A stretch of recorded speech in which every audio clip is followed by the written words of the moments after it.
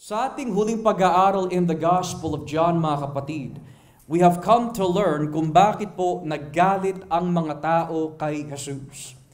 We have come to learn why the Pharisees, the religious leaders of Israel, were irritated, angry, to the point na nais po nila na patayin ang ating Panginoong Hesukristo.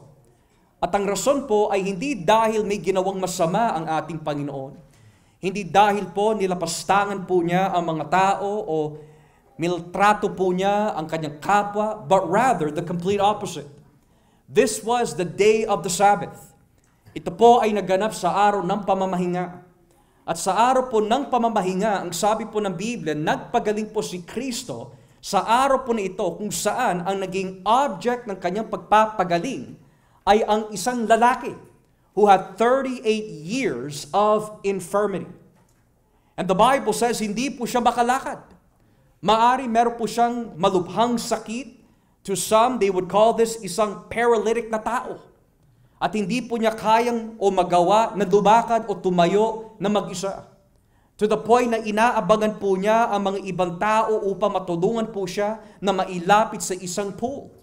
Kung saan, ayon po sa kanilang tradisyon, kapag gumagalaw po daw ang pool na ito, that means nandun po daw ang isang anghel. And because of this, lumalapit ang mga tao, nilulubog ang kanilang mga sarili in the pool with the acceptance of a traditional belief na kapag sila po ay nakapasok na in that pool, gagaling po sila.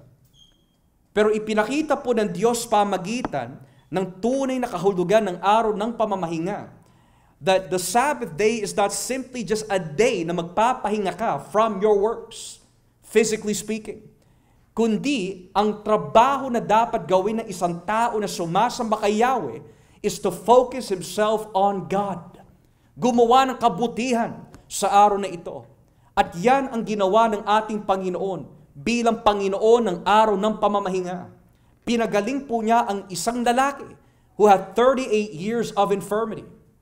Now, kung tayo po maaari ay nabubuhay po noong panahon na yon, maaari ho natin sabihin, siguro tuwang-tuwa ang mga tao nung makita po nila na gumaling yung lalaking ito. But the truth of the matter is, mga kapatid, nagalit ang mga tao. Dahil para sa kanila, nilabag mo ang tradisyon ng araw ng pamamahinga. You broke the Sabbath day laws. Pero yung Sabbath day laws na binabanggit po ng mga Hudyo ay hindi yung Sabbath day laws ng Biblia. But rather the Sabbath day laws ng kanilang tradisyon na kung tawagin the Mishnah.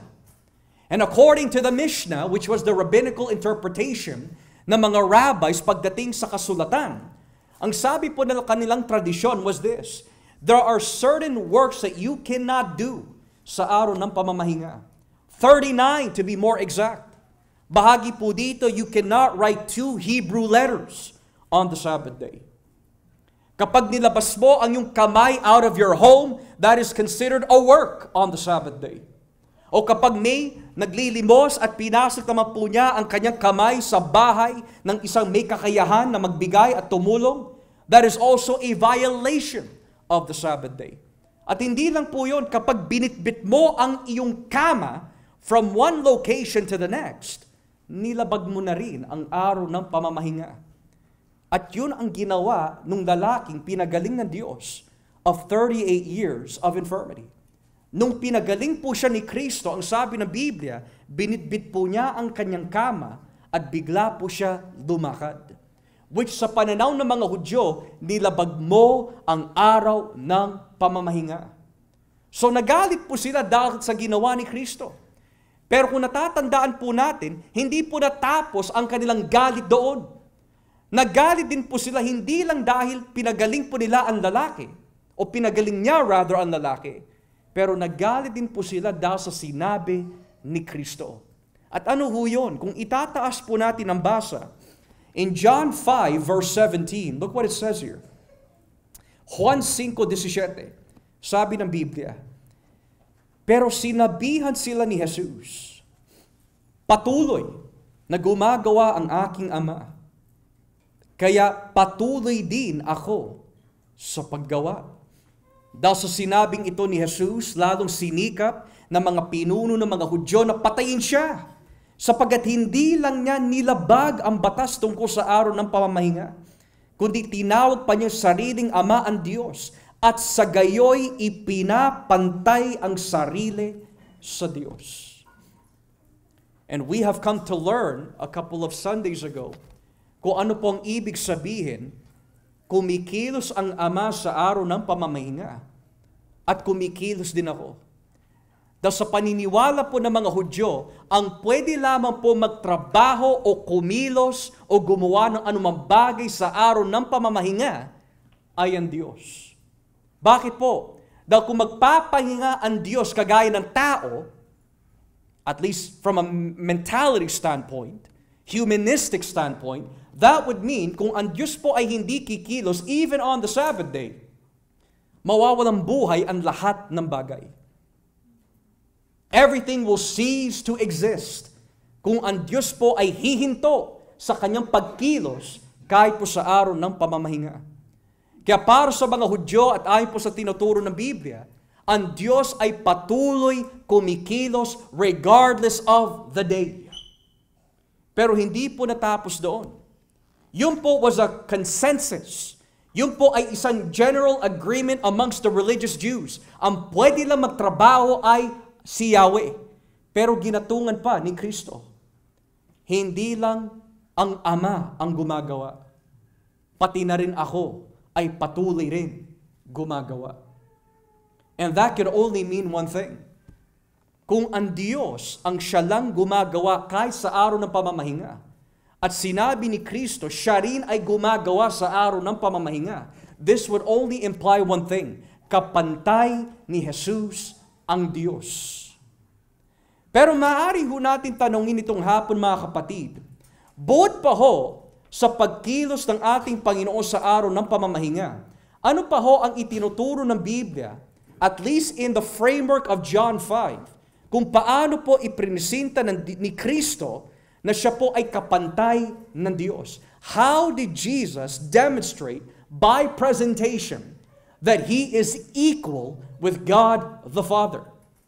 Now, we will not get through all of them in one sitting, pero we can say, mula po sa talatang 19 hanggang 29, from verses 19 to 29, dito ho natin makikita kung paano ipinakita ni Kristo na kapantay po niya ang Diyos Ama.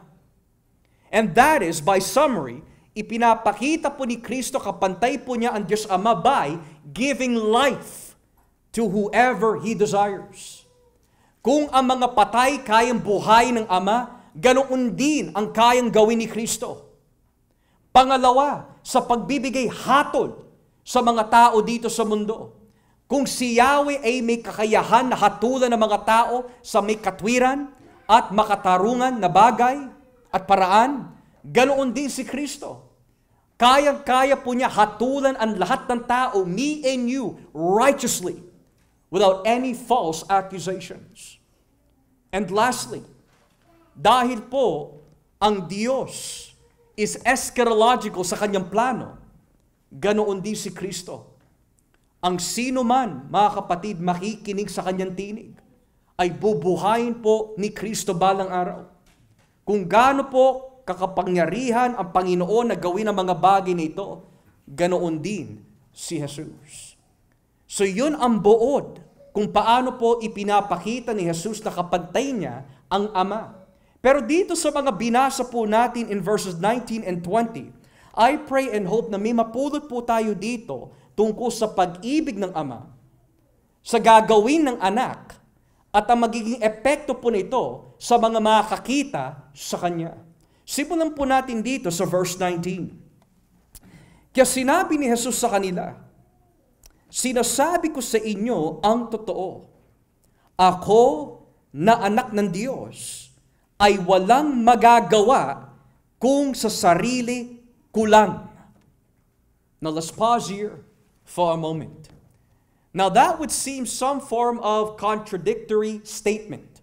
That would be some form of, kung tawagin po ng iba, isang antithetical na pahayag.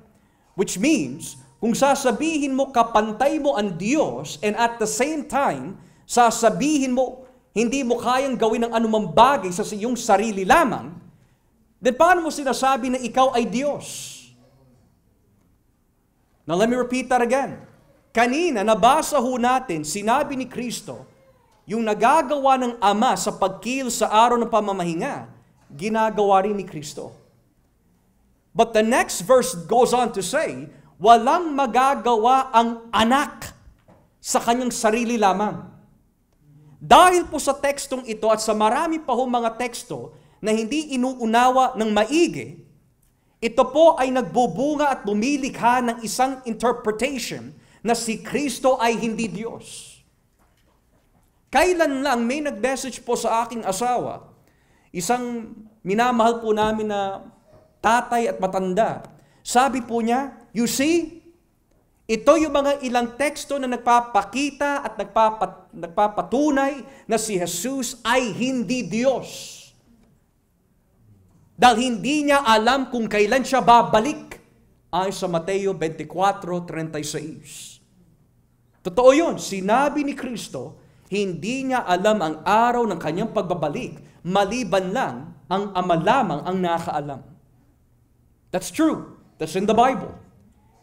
And therefore, nung basahin po nila yung mga tekstong ito, walang magagawa ang anak sa kanyang sarili, ang implication po daw is, kung si Kristo ay Diyos, bakit hindi niya magawa ang anumang bagay?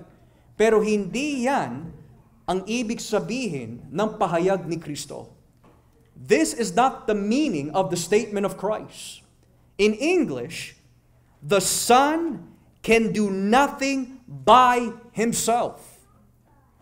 Now, there can only be two meanings here.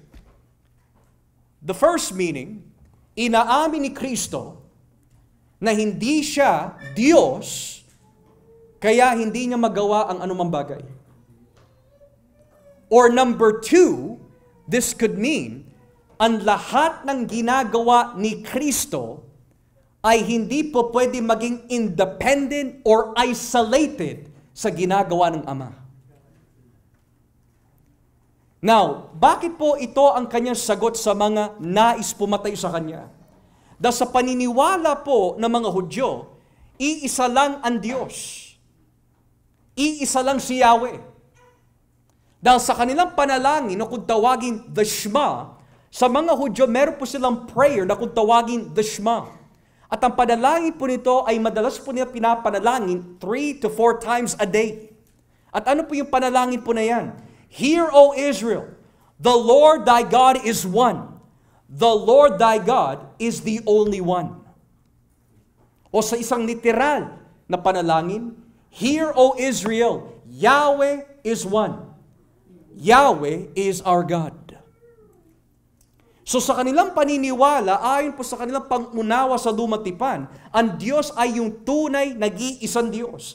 Pero nung sinabi ni Kristo na ang Ama ay kumikilos at pati na rin siya ay kumikilos, ang dating sa kanila, nilalapastangan nila ang Diyos dahil kung ang Ama ay Diyos at itong Kristo ay Diyos, edi dalawa na ang Diyos. Kaya ang dating sa mga Hudyo, nilalapastangan niya ang tunay na Diyos dahil iisa lang ang Diyos. Bakit mo sinasabi kapantay mo ang Diyos? Kung kapantay mo ang Diyos, dalawa na kayo. But we must understand, kapag sinabi po ng Biblia in Deuteronomy 6 na ang Diyos ay iisa, it does not mean iisang persona lamang siya. Yun ang hindi naunawaan ng mga Hudyo. Ang alam na po nila sa Diyos is siya ay Elohim, siya ay Adonai, siya ay Yahweh. Iisa lang siya.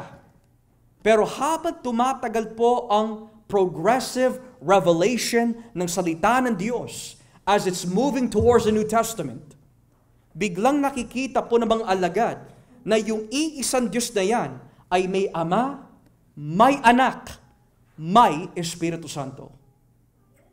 So ngayon, ano yung ibig sabihin po ni Kristo nung sabihin niya, walang nagagawa ang anak sa kanyang sarili? It means, mali ang iyong pananaw.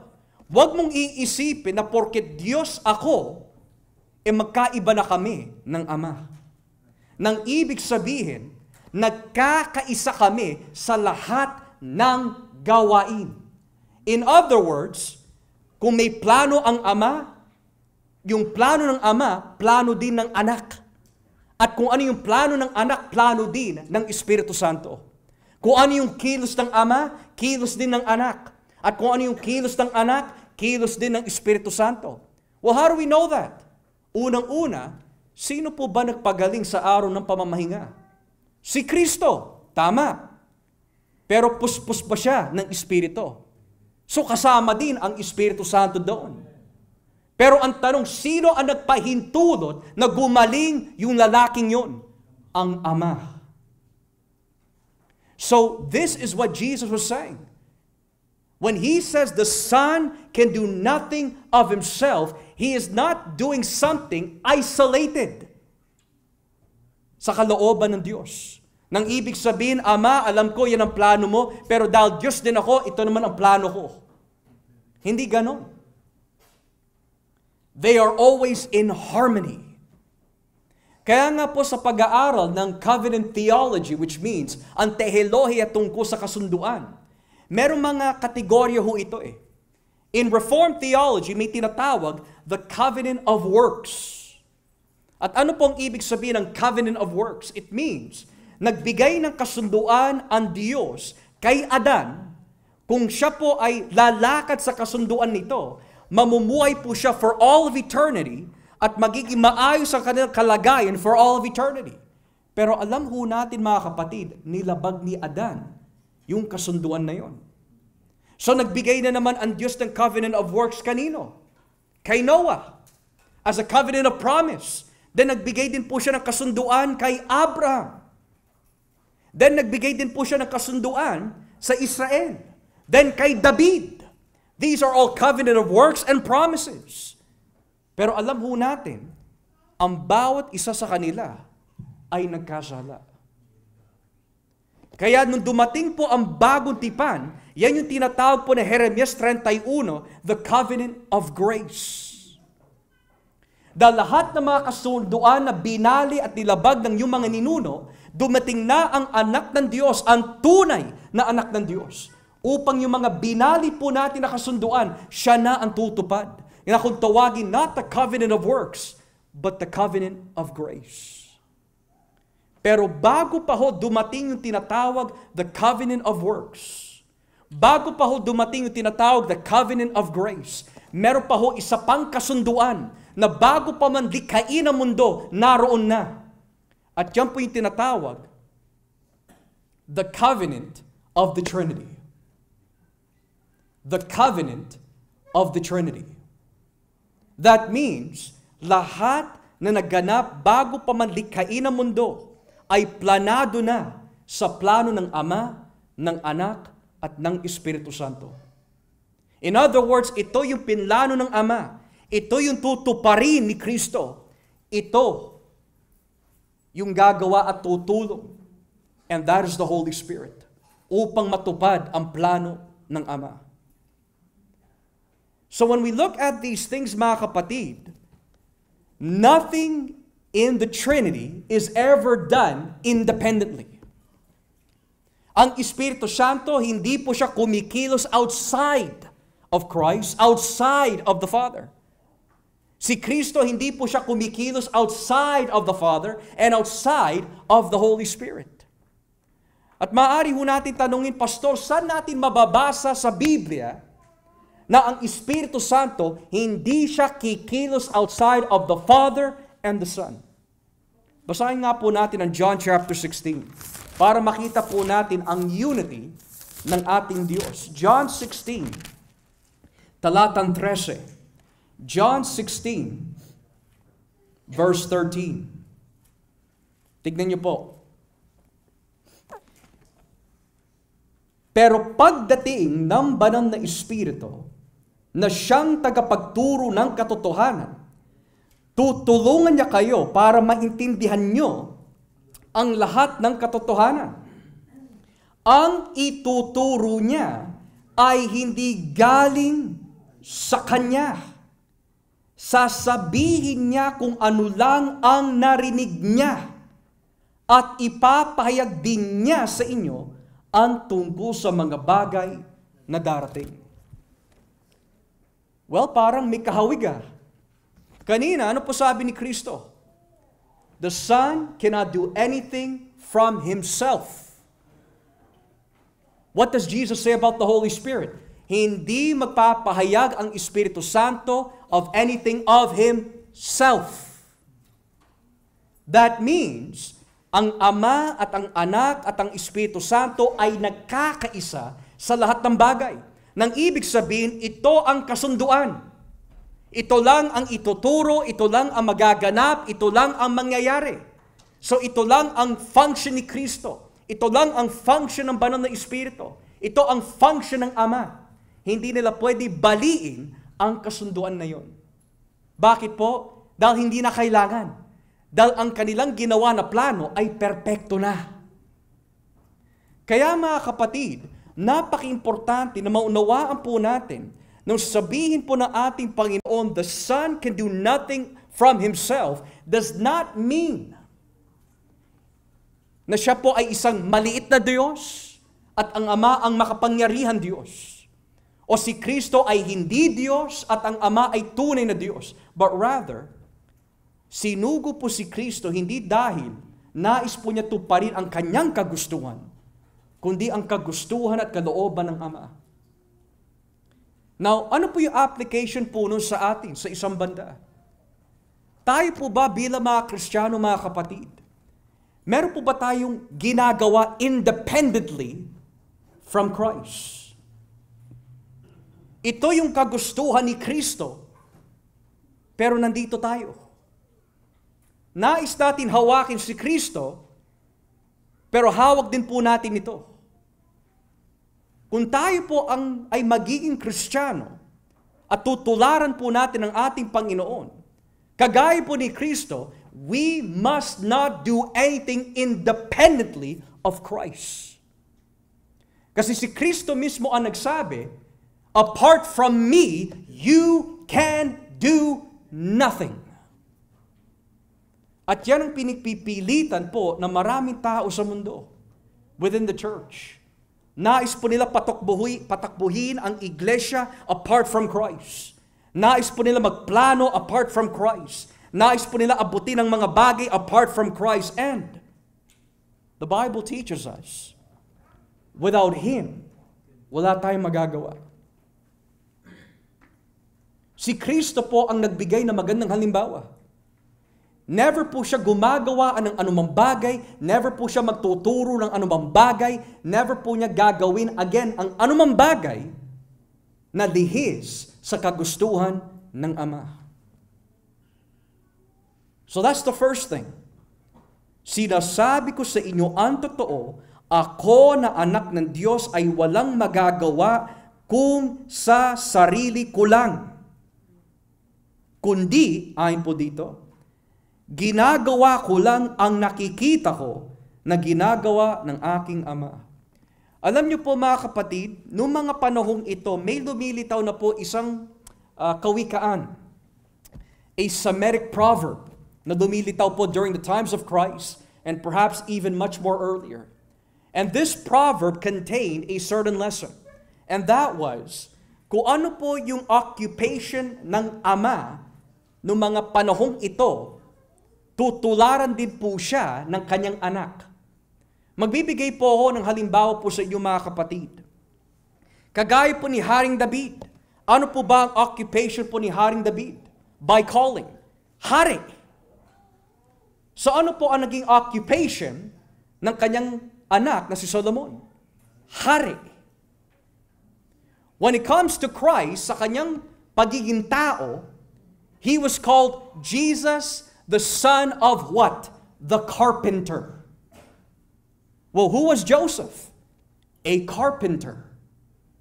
It is no coincidence kung bakit sinabi ng ating Panginoon, take my yoke upon you. Well, ano po bang ibig sabihin ng yoke? Yung yoke na binabanggit po ni Kristo ay hindi tumutukoy po sa itlog. Yung yoke na binabanggit po ni Kristo ay yung pamatok, mga kapatid, that was used even in carpentry.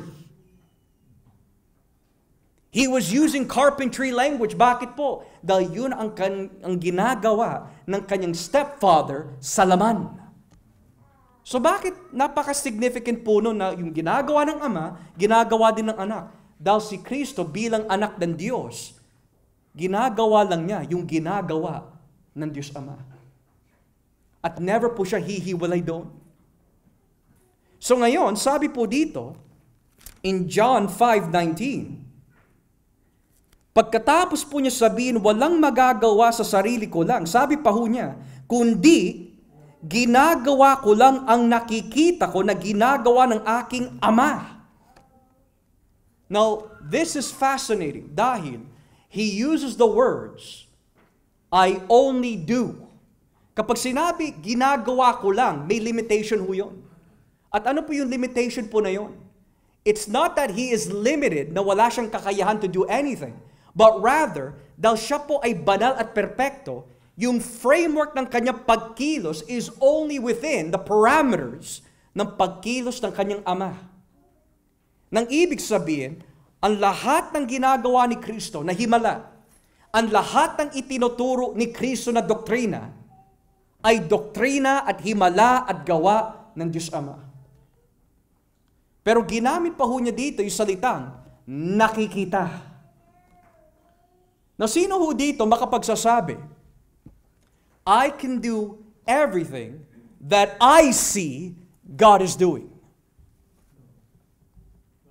Minsan nga may mga katanungan tayo, Panginoon, bakit yung po pinintulutan na magkaroon po ako ng sakit karamdaman ngayon? Ang nakikita lang po natin ay yung tao ay may sakit. Pero hindi natin nakikita perfectly in all of its fullness, bakit pinintulutan ng Diyos na mangyari yun? Si Kristo, iba, kitang-kita niya ang lahat. Magbibigay po ng halimbawa. As we get further in the Gospel of John, may ma-encounter po si Kristo, isang lalaking bulag in John 9. Yung mga alagad, kitang-kita nila, bulag to ah. Pero ang isip nila, kaya siguro bulag ito dahil nagkasala ang mga magulang niya. So yun ang nakikita nila. Hindi nila nakikita ang pahintulot ng Diyos. Pero si Kristo ay hindi. Ang sagot ni Kristo, wala. Wala sa kanilang mga magulang yun. Kundi pinintulutan ng Ama na maipakita niya ang kanyang kadakilaan sa taong ito. Bakit niya nasabi yun? Because He sees every work of the Father. Everything that Jesus does ay nakikita niya sa kanyang Ama. Everything that Jesus teaches ay katuruan ng kanyang Ama.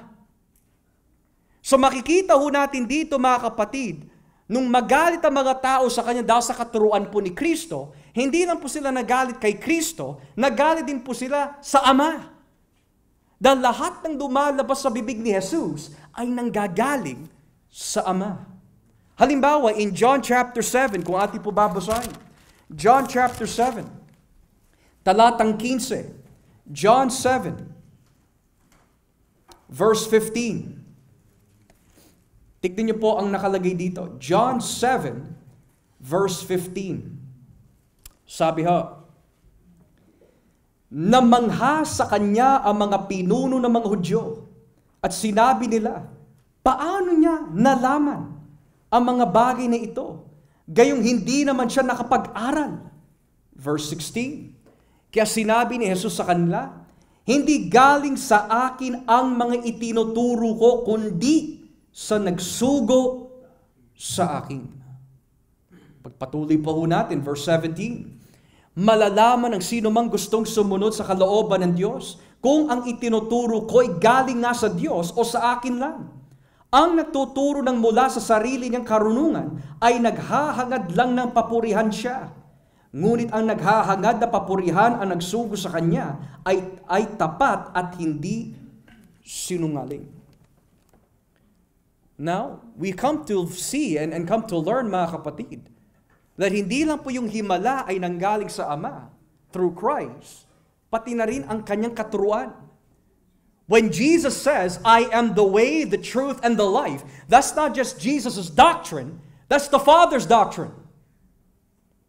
Nung sabihin po ni Kristo, magsisi tayo at manampalataya, hindi lang doktrina ni Kristo yon, doktrina din ng Ama.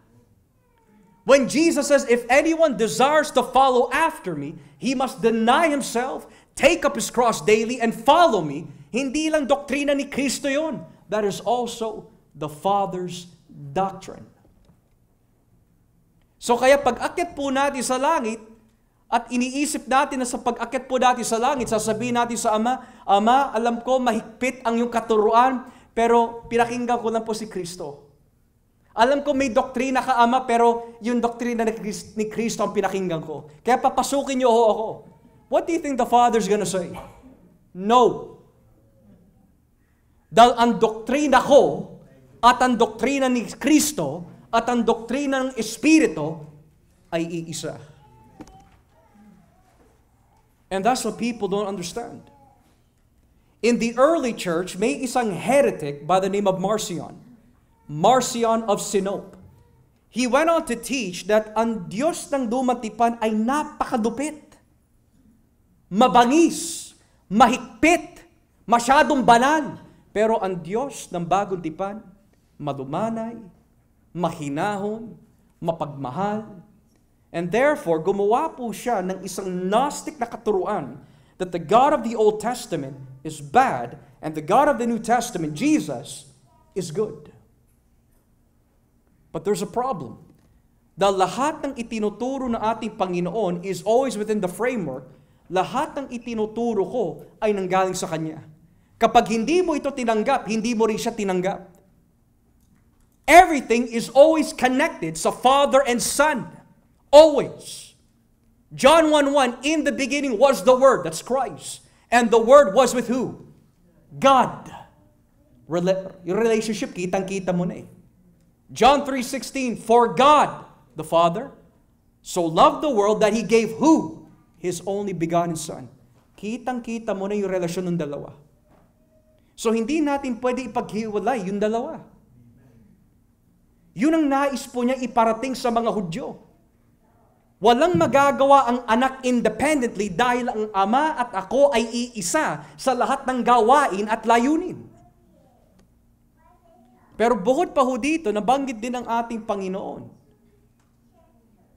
If we go back to John 5, ginagawa ko lang ang nakikita ko na ginagawa ng aking Ama.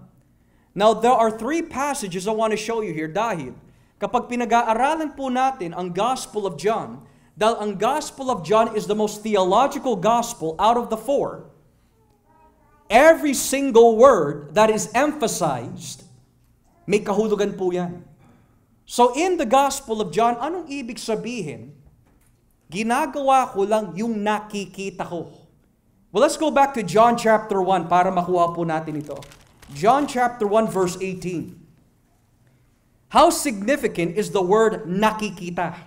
Let's go to John 1 verse 18. Sabi po dito, wala pang nakakita sa Diyos Ama kahit kailan. Ngunit ipinakilala siya sa atin ng kanyang buktong na anak na Diyos din nga at kapiling ng Ama. In English, no one has ever seen God. So you see the word seen there. But the one and only Son, who is himself God and is in closest relationship with the Father, has made him known. Now, if I could use this poor illustration sa mga ama ho natin o sa ating mga ina, minsan kinakwento ho sa atin how great our great-great-grandfather was. O yung mga ninuno ho natin. Dahil hindi natin sila inabot eh. So they would say, alam mo, kung nakilala mo lang ang iyong lolo, kung nakilala mo lang ang iyong lola, ito siya. Na ang tanong, bakit po nila nagagawa na ma-explain po yun? Dahil una, never po natin sila nakilala o nakita. Pangalawa, the only one that is justified to give a very accurate representation and description ng pagkatao ng isang tao ay yung taong malapit doon. Well then, kung wala pa ho nakakita sa Diyos Ama at walang nakakaalam ng kanyang perfect na kalooban in every single detail and iota, what does Jesus do? Walang nakakita kahit kailan sa Ama. maliban lang sa anak, at ibinunyag ng anak kung sino ang ama. Nakikita, nakikita, nakikita. John chapter 6, kung ating po babasahin. John chapter 6. And let us read verse 46. John chapter 6, beginning at verse 46. Tignan niyo po ang nakalagay. The Bible says, in John 6:46, hindi ito nangangahulugang may nakakita na sa Ama. Ako lang na nagmula sa Diyos, Ama, ang nakakita sa Kanya. And lastly, in John chapter 8, verse 38, John chapter 8, verse 38, look what it says. In John 8, verse 38, sinasabi ko sa inyo ang mga bagay na nakita ko sa aking Ama, ngunit ginagawa naman ninyo ang narinig ninyo sa iyong ama. Mga kapatid, what have we noticed about these three passages? Well, when Jesus says, the Son does not do anything in isolation apart from what He sees the Father doing.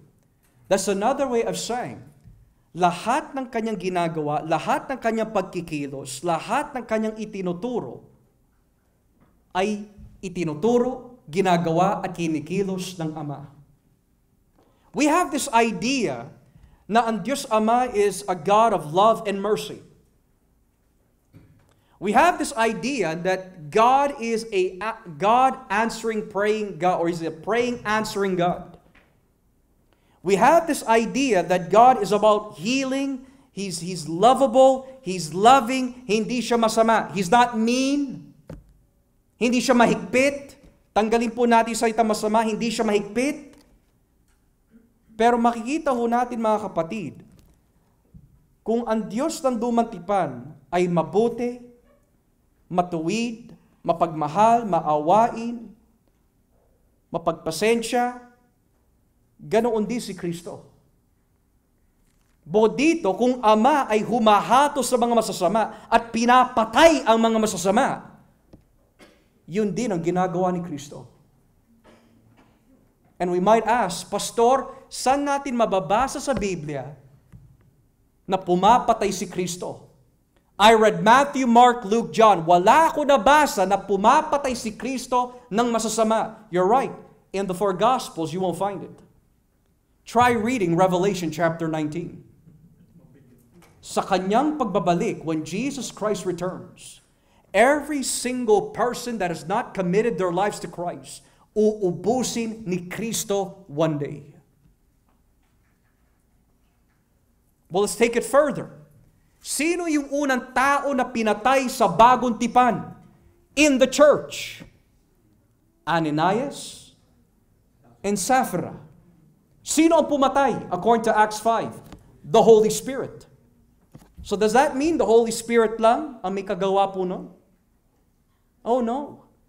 The Spirit never does anything apart from the Son. And the Son never does anything apart from the Father. Which means, ang pumatay kay Ananias at Sapphira ay yung tatlong persona. Bagamat binanggit lang ang banal na Espiritu. At ang papatay sa lahat ng hindi mananampalataya sa kanyang pagbabalik ay si Kristo. Pero sino nagbigay ng otoridad? Ang Ama.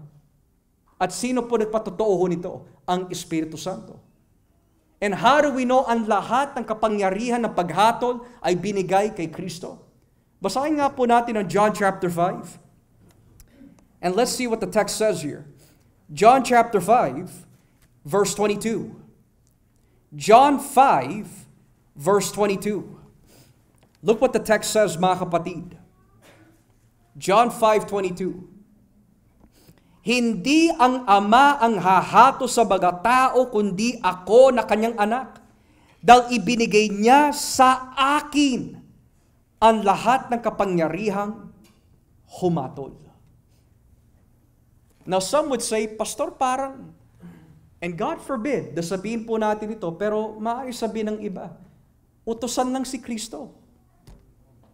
If God the Father wanted to do it by Himself, He should have done it. Why does He have to ask someone else to do it for Him? We're missing the point. The Father's will is that ang lahat ng mga wala kay Kristo ay uubusin. So paano ho niya matutupad ang kanyang salita?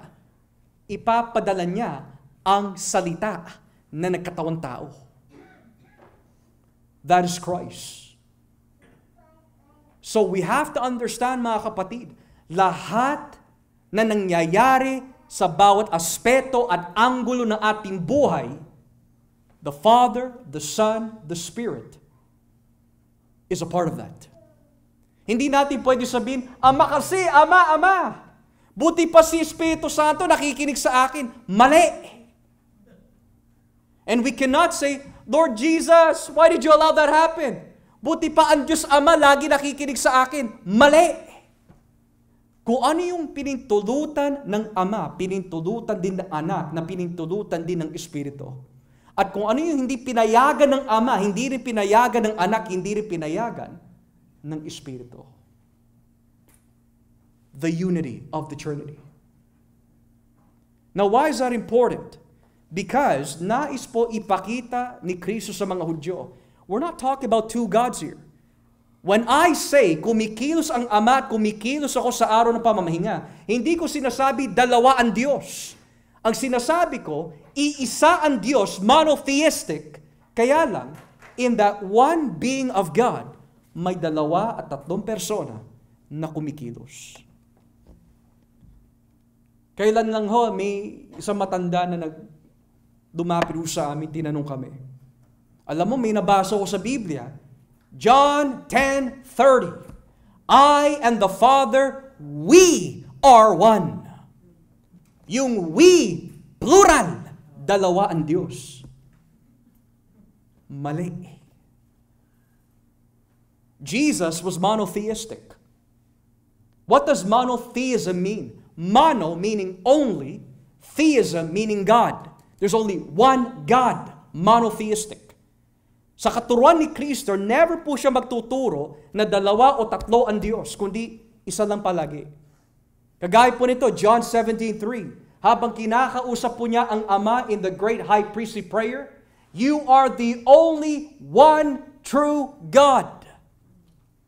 And then, ginatungan pa ho niya, and the one whom you have sent. Lagi po binabanggit ni Kristo, monotheism. Dahil nais po niya ipaliwanag sa mga Hudyo na yung iisang Diyos na binabanggit sa lumang tipan, ipapakilala ko na sa inyo. Yung iisa na yan ay Ama, Anak, Espiritu Santo. Kaya nga sabi po niya kanina, wala pang tao nakakita sa Diyos. So iniisip ng mga Hudyo, iisang persona lamang ang Diyos. Pero dahil wala pang nakakita sa Diyos, ipinakilala ni Jesus, sino itong iisang Diyos? You see, kumikilos ang Ama sa araw ng pamamahinga, kumikilos din ako, dahil iisa lang ang Diyos. No wonder why, mga kapatid, sa ating Apostles' Creed, I believe in God Almighty. I believe in the one Lord Jesus Christ. I believe in the one Holy Spirit. Bakit there's such an emphasis dun sa 3 persona? Because iisa ang Diyos. At nagkakaisa sa lahat ng bagay.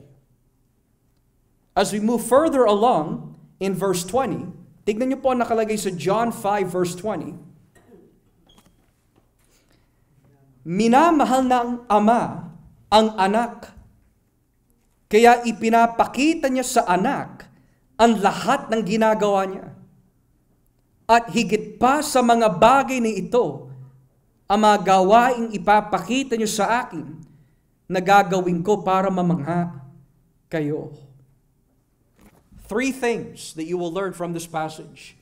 Number 1, paano minahal ng Diyos Ama ang Anak?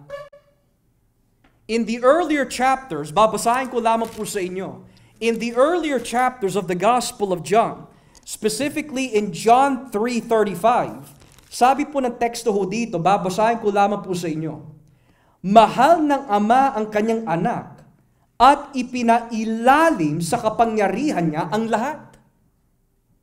So, in John 3, paano po ipinakita ng Ama ang kanyang pagmamahal sa anak? Ibinigay sa kanya ang lahat ng otoridad. Pero yung binasa po natin kanina sa John 5:20, paano po ipinakita ng Ama ang kanyang pagmamahal kay Kristo? Ipinakita niya ang lahat sa anak. John 3, ibinigay niya ang lahat sa anak. John 5, ipinakita niya ang lahat sa anak. Now, what does that have anything to do with us? Marami ho sa atin maaari ipinapanalangin, I want to know God's plan for my life. Perhaps there's some visitors here that are asking the very same question, what is my purpose here on the earth? Is it go to school, wake up, go out, go to work, come back from work, go to sleep, and then the same old routine? Is that God's purpose for my life? O para sa iba, dagdagan po natin. Wake up, go to work, after work, go to the gym, after the work, go to the movies, after the work, go out and travel, come back home, sleep, go back at it again. Maybe that's God's will for my life. Mali. If that's the only destiny that you have in this life, kaawa-awa tayo. The only way that you will ever know kung ano ang layunin ng Diyos sa buhay mo, number one, you need to be in Christ. Why? Dahil kanino ipinakita ng Ama ang kanyang layunin? Kay Kristo. Hindi niya ipinakita yung layunin po niya in all of its fullness kay Moises, hindi niya ipinakita kay Elijah, hindi po niya ipinakita kay David, hindi po niya ipinakita kay Abraham, ipinakita niya ang lahat kanino? Kay Jesus. So what does that mean?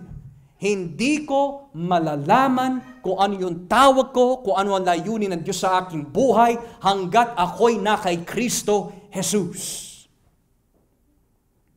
You have to be in the Son. You want to know the Father's will? You got to be in His Son. If you're not in His Son, you will never know the Father's will. Patay. May bad news. Ang lahat ng tao sa mundo ay wala kay Kristo. Karamihan ay nasa ilalim pa rin ni Adan. Now, originally speaking, pagdating sa pagkatao o sa pagiging tao, si Adan was the original son of God when we talk about human flesh. When you read the Gospel of Luke sa genealogy po ni Kristo, ang tawag po kay Adan, Adam, the son of God. But there's a problem. Nung nagkasala si Adan bilang anak ng Diyos, hindi na niya magawa na ibigay sa Diyos yung nararapat. His mind became perverted. Yung kanyang salinlahi became perverted. They no longer could see or understand the will of God. So unless a man is born again and brought in Christ, hindi niya makikita yung kahalagaan ni Kristo. Hanggang tayo po ay nasa ilalim ng pagiging anak ni Adan, which spiritually speaking, ito yung masakit mga kapatid. Hindi ka lang anak ni Adan. Anak din tayo ni Satanas kung wala tayo kay Kristo. Jesus was pinpointing these Pharisees and the Jewish people so harshly by saying, and truthfully, if I may add, by saying, yung nais ng iyong ama ay iyong gagawin. Well, saan ba nanggagaling yung nais na patayin si Kristo? Kay Satanas. Saan ba nanggagaling yung nais na unahin natin ang ating kalooban at hindi yung kalooban ng Ama? Well, that's not from Christ. Saan kaya nanggagaling yun? Kapag tayo po ay nagpaplano na lihis sa plano ng Diyos, saan nanggagaling yun? Yung pagpaplano na yun. Kapag meron po tayo nais pasukin o meron nais po tayo abutin na hindi naman gusto ng Diyos, saan nanggagaling yung nais na yun? If you are an unbeliever, this is how you know that you are still the son of Adam. You have no interest in serving Christ. You will have no interest in committing your life to Jesus. you will have no interest in repenting of your sins and living for Jesus. At kahit sino pa ho, pastor na kausapin mo, that talks about repentance to you, pero ayaw mo pa rin pakinggan, yan po ay isang sinyales, anak ka pa rin ni Adan. But if you are the child of God, because of Christ, may sinasabi ang Biblia, because you have been adopted into His family, ang lahat na kay Kristo ay isang bagong nilalang. The desire of Jesus becomes your desire. The desire of the kingdom becomes your desire. The desire of the Father becomes your desire. Bakit po? Because anak ka na ng Diyos. So yung ginagawa ng Ama kay Kristo ay gagawin din po niya sa atin kung tayo po ay na kay Jesus. Minsan tinatanong natin, alam mo, 10 taon na ako sa simbahan, hindi ko pa rin alam ang layunin ng Diyos. Well, you have to ask 2 questions. Are you in Christ? And if you are in Christ, binigay mo ba ang iyong buhay at pinag-aaralan mo ba ang Biblia? Dahil kung hindi mo pa binibigay buhay mo sa Diyos at ayaw mo siya sa atin ng Biblia, hindi mo makikita ang plano ng Diyos para sa iyo. No wonder why sinabi po ni Apostol Pablo, I beseech you, brethren, by the mercies of God, ialay mo ang iyong mga sarili bilang mga buhay na handog. Why?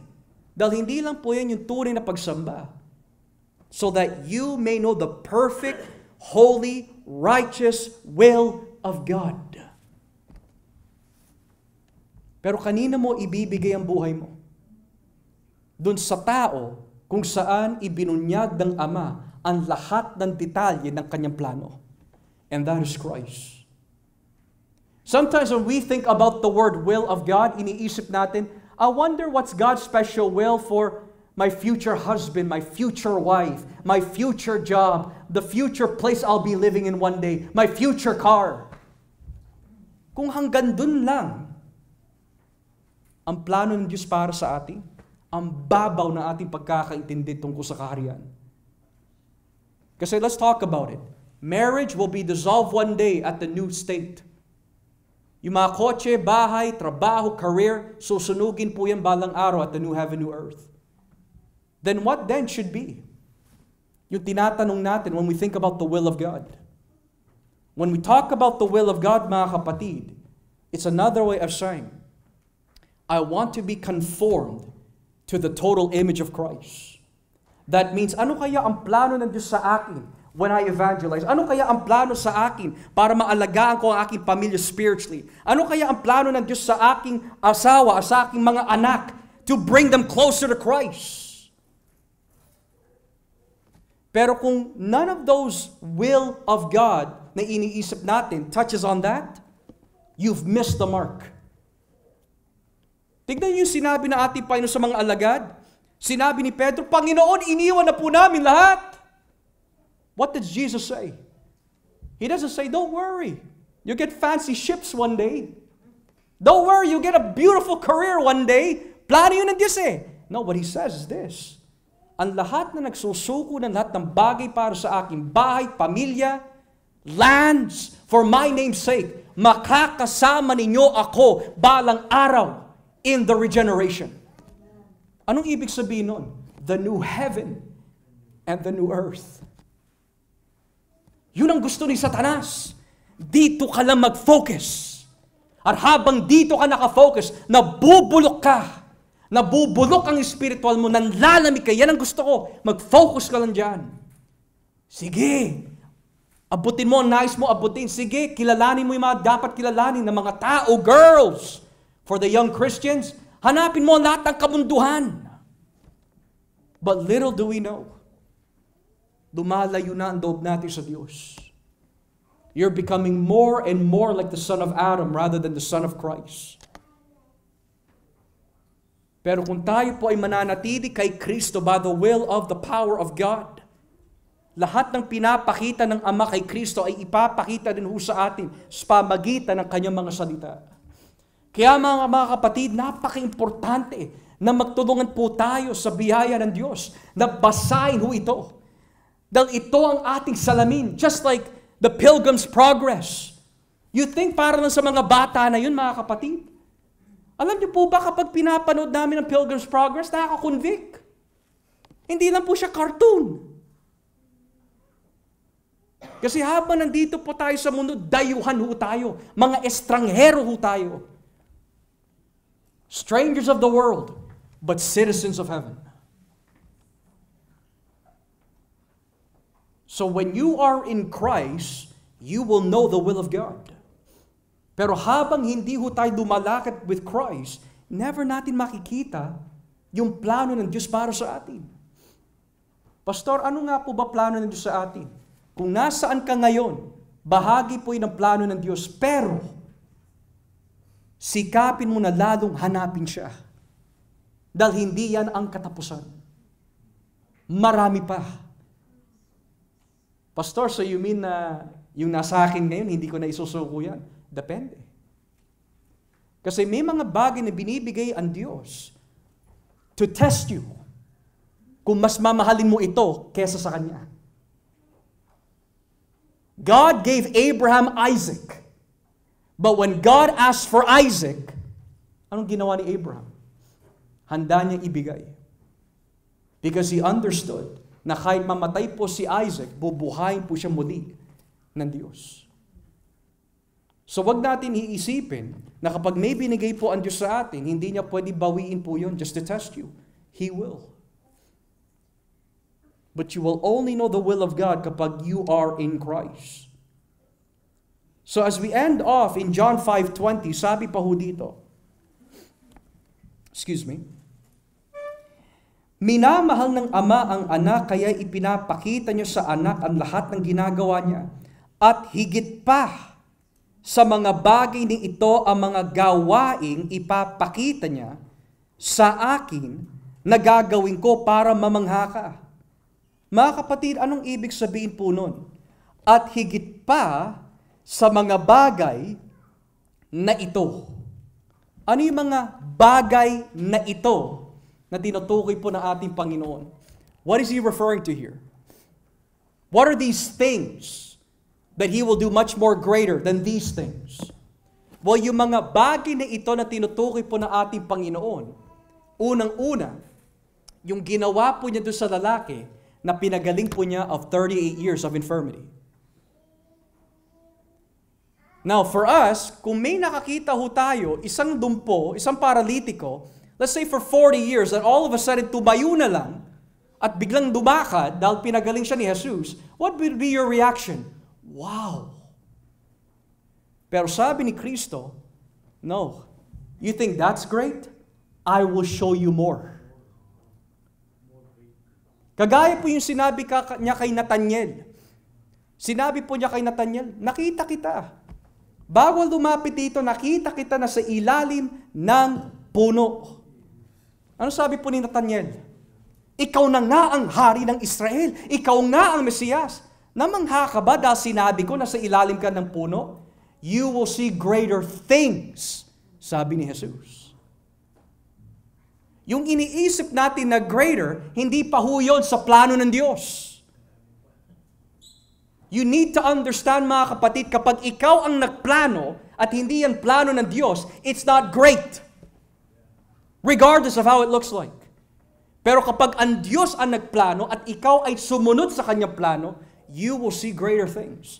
In the context of Jesus' ministry, ano pa yung mga higit na bagay na ipapakita po niya?